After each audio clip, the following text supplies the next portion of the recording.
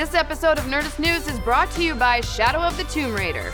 This hidden detail reveals how the X-Men could join the MCU. Now, it's one of the questions that has been on every Marvel fan's mind since the announcement that Disney was in talks to acquire Fox. What does this mean for the X-Men, and how the hell are they getting into the Marvel Cinematic Universe? Well, thanks to Disney head Bob Iger, we know the X-Men are definitely on their way to the MCU, but just how exactly will they join? Well, today we got our first hint from our friends over at Screen Rant, who received an advanced copy of the first official Marvel Cinematic Universe visual dictionary, and they found a pretty interesting tidbit in a section describing Scarlet Witch. She may be called Scarlet Witch, but Wanda's powers aren't derived from the occult. Whether it altered her or merely unlocked something latent inside Wanda, the Infinity Stone on Loki's scepter bestowed incredible powers of the mind. Unlocked, you say? Latent, you say? Very interesting, I say. So why are the words unlocked and latent of particular interest, specifically in regards to getting the X-Men back into the Marvel fold? Well, in Marvel Comics, mutants are human beings that contain the X gene hidden within their DNA, which is typically unlocked at puberty and provides the mutant their powers. In regards to Scarlet Witch's origins, in the comics, traditionally, she is the mutant daughter of Magneto. But bringing this back to the real world, since Fox had exclusive rights to the X-Men and the term most often associated with them, mutants, Marvel and Disney had to figure out a new backstory for Scarlet Witch and her brother Quicksilver in their MCU debut, Avengers Age of Ultron, since legally they couldn't use the term mutant in the MCU.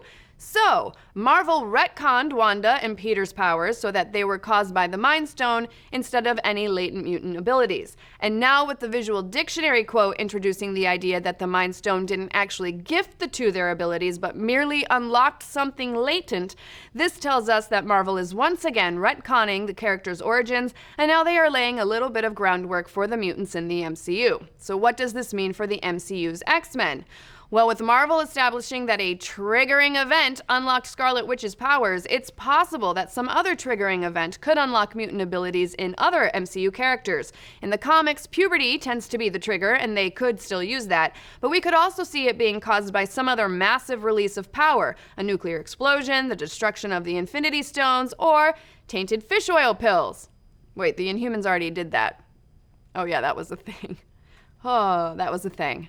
With Marvel dipping their toes into mutant waters, it'll be interesting to see how they'll introduce dozens of established mutant characters into the MCU canon. Like Captain Marvel and the Hank Pym Ant-Man, could the X-Men have been in the background of the MCU this whole time?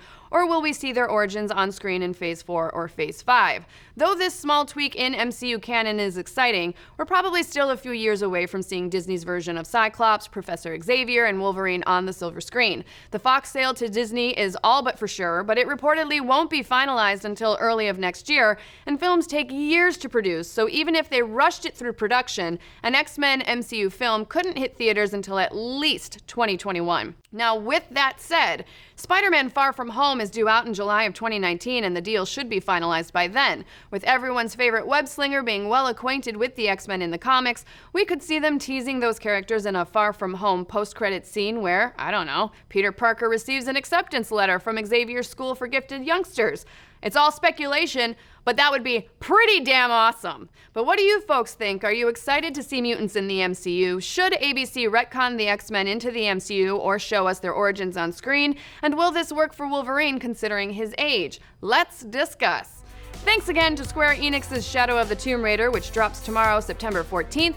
In a race to save the world from a Maya apocalypse, Lara Croft must master a deadly jungle, brave underwater environments with deep tunnel systems, and the tombs. Oh, the tombs! Shadow of the Tomb Raider features more terrifying tombs than ever before, with dangerous entries and deadly puzzles inside. Experience Lara Croft's defining moment as she becomes the Tomb Raider she was destined to be. Shadow of the Tomb Raider is available tomorrow for Xbox One, PS4, and PC wherever games are sold. Pre-order the Croft Edition to play now.